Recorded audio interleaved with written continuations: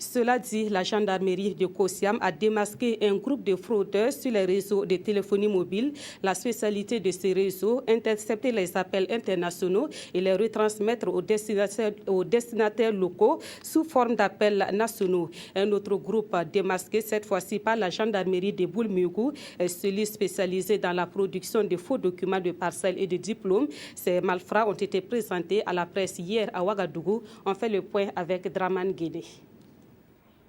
Cet équipement modeste aurait servi à Mohamed Khalil et ses 4 complices de moyen de contourner les réseaux de téléphonie mobile à des fins commerciales.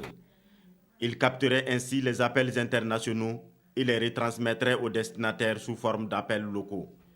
Le destinataire burkinabé voit s'afficher ainsi sur son téléphone un numéro RTL, Telmob ou Télécel pour un appel de l'étranger.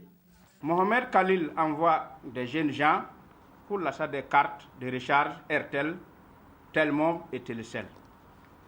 Pour chaque réseau, il lui faut au minimum des cartes de recharge d'une valeur d'au moins 500 000 francs CFA qu'il introduit dans un des boîtiers qu'il a reçus de ses partenaires.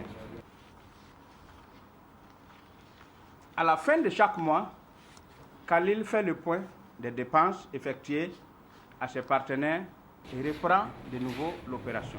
Quand il fait une recharge et il a 300% de bonus, il met une carte de 2000, il a 300% de bonus, ça fait 6 000 francs sur sa carte, plus les 2000, ça fait 8 000.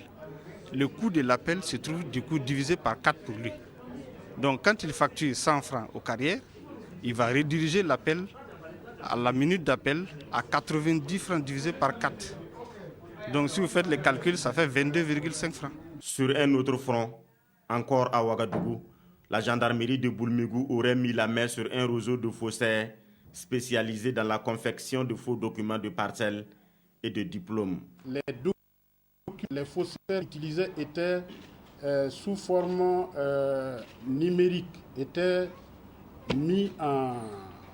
Ils pouvaient être manipulés à tout moment pour pouvoir être utilisés à souhait. C'est-à-dire qu'ils pouvaient effacer les noms, remettre un autre nom, mettre aussi des numéros de parcelles qu'ils pouvaient avoir à partir d'un conseiller municipal qui arrivait à leur indiquer les parcelles qui n'étaient pas encore attribuées. La liste est longue. La gendarmerie de Kosiam aurait aussi démantelé un réseau de vente illicite d'armes perfectionnées. Sur ce cas précis, la gendarmerie rappelle la population que le port et la vente d'armes à feu sont assujettis à des autorisations expresses.